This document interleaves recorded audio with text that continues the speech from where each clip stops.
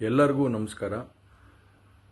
ಮೊದಲನೇದಾಗಿ ನನ್ನ ತಂದೆ ತಾಯಿಗೆ, ತಾತಂಗೆ ಹಾಗೂ ನನ್ನ ಕುಮಾರನಿಗೆ ಮತ್ತು ನಾಡಿನ ಜನತೆಗೆ ಹಾಗೂ ಎಲ್ಲ ನನ್ನ ಕಾರ್ಯಕರ್ತರಿಗೆ ಕ್ಷಮಾಪಣೆ ಕೇಳ್ತಾ, ನಾನು ಫಾರಿನಲ್ಲಿ ಎಲ್ಲಿದ್ದೀನಿ ಅಂತ ಸರಿಯಾಗಿ ಮಾಹಿತಿ ಕೊಡದೇ ಇರೋದಕ್ಕೆ ಇವತ್ತು ಮಾಹಿತಿ ಕೊಡೋದಕ್ಕೆ ಬಂದಿದ್ದೀನಿ.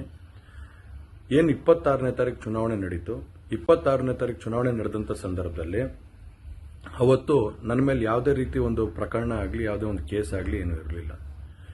SITನೂ ಕೂಡ ರಚನೆ ಆಗಿರಲಿಲ್ಲ. ಈ 26ನೇ ತಾರೀಕು ನಾನು ಫಾರಿನ್ ಹೋಗೋದು ಕೂಡ ಇದು ಮುಂಚೆನೇ ಪ್ರೀ ಪ್ಲಾನ್ ಆಗಿತ್ತು. ಹಾಗಾಗಿ ನಾನು ಫಾರಿನ್ ಹೊರಟಾದ ಮೇಲೆ 3-4 ದಿನದ ನಂತರ ನಾನು ಯೂಟ್ಯೂಬ್ ನೋಡುವಂಥ ಸಂದರ್ಭದಲ್ಲಿ, ನ್ಯೂಸ್ ಚಾನೆಲ್ ನೋಡುವಂಥ ಸಂದರ್ಭದಲ್ಲಿ ನನಗೆ ಈ ಮಾಹಿತಿ ದೊರಕುವಂಥ ಕೆಲಸ ಆಯಿತು. ಮಾಹಿತಿ ದೊರಕಿದ ಮೇಲೆ ನಂತರ SITನೂ ಕೂಡ ಏನು ಒಂದು ನೋಟಿಸ್ ಕೊಡುವಂಥ ಕೆಲಸ ಮಾಡಿತು.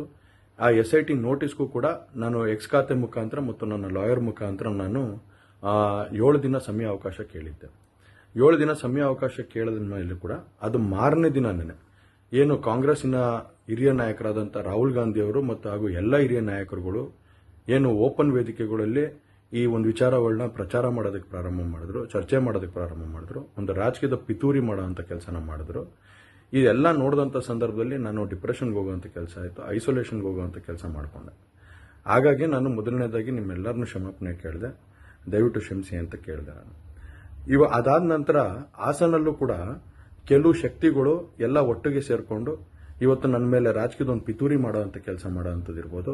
ರಾಜಕೀಯವಾಗಿ ನಾನು ಏನು ಬೆಳೀತಾ ಇದ್ದೀನಿ, ನನ್ನ ಕುಗ್ಗಿಸ್ಬೇಕು ಅನ್ನೋ ಒಂದು ರೀತಿಯಲ್ಲಿ ಇವತ್ತು ಏನೇನೋ ಒಂದು ಪ್ರಕರಣಗಳಲ್ಲಿ ಅವರು ಎಲ್ಲರೂ ಕೂಡ ಒಂದು ಭಾಗಿಯಾಗುವಂಥ ಕೆಲಸಗಳನ್ನ ಮಾಡಿಕೊಂಡ್ರು. ಹಾಗಾಗಿ ಇವನ್ನೆಲ್ಲ ನೋಡಿದಂಥ ಸಂದರ್ಭದಲ್ಲಿ ಇದ್ದಿದ್ದು ಇನ್ನೂ ಒಂದು ಆಘಾತ ಆಗೋಂಥ ಕೆಲಸ ಆಗಿ ನಾನೇ ಒಂಚೂರು ದೂರ ಇದ್ದೆ. ಹಾಗಾಗಿ ಯಾರು ಕೂಡ ಇದ್ರ ಬಗ್ಗೆ ತಪ್ಪು ತಿಳಿಯೋದು ಬೇಡ.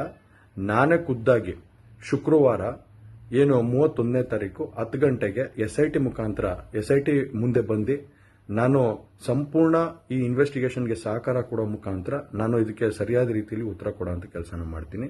ಹಾಗೆ ನ್ಯಾಯಾಲಯದ ಮೇಲೆ ನನಗೆ ನಂಬಿಕೆ ಇದೆ. ಖಂಡಿತವಾಗ್ಲೂ ಕೂಡ ನಾನು ಈ ಒಂದು ಏನು ಸುಳ್ಳಿನ ಪ್ರಕರಣಗಳಿದಾವೆ, ಈ ಸುಳ್ಳು ಪ್ರಕರಣದಿಂದ ಆಚೆ ಬರೋಂಥ ಕೆಲಸನ ನ್ಯಾಯಾಲಯದ ಮುಖಾಂತರನೇ ಮಾಡ್ಕೋತೀನಿ ಅನ್ನೋ ಒಂದು ನಂಬಿಕೆ ನನ್ನಲ್ಲಿ ಏನಿದೆ. ಹಾಗೂ ದೇವರ ಆಶೀರ್ವಾದ ಮತ್ತು ಜನರ ಆಶೀರ್ವಾದ, ನನ್ನ ಕುಟುಂಬದ ಆಶೀರ್ವಾದ ನನ್ನ ಮೇಲೆ ಇರಲಿ. ಖಂಡಿತವಾಗ್ಲೂ ನಾನು ಈ 31ನೇ ತಾರೀಕು ಶುಕ್ರವಾರ ನಾನು SIT ಮುಂದೆ ಬರ್ತೀನಿ. ಬಂದ ನಂತರ ನಾನು ಇದಕ್ಕೆಲ್ಲದಕ್ಕೂ ಕೂಡ ಇದಕ್ಕೆ ತಲೆ ಎಳೆಯುವಂಥ ಕೆಲಸನ ಮಾಡ್ತೀನಿ. ನನ್ನ ಮೇಲೆ ನಂಬಿಕೆ ಇರಲಿ ಅಂತ ಹೇಳಿ ನಿಮ್ನೆಲ್ಲರನ್ನೂ ಕೋರ್ತಾ ನಾನು ಧನ್ಯವಾದ ಹೇಳಕ್ಕೆ ಇಷ್ಟಪಡ್ತೀನಿ. ಧನ್ಯವಾದ.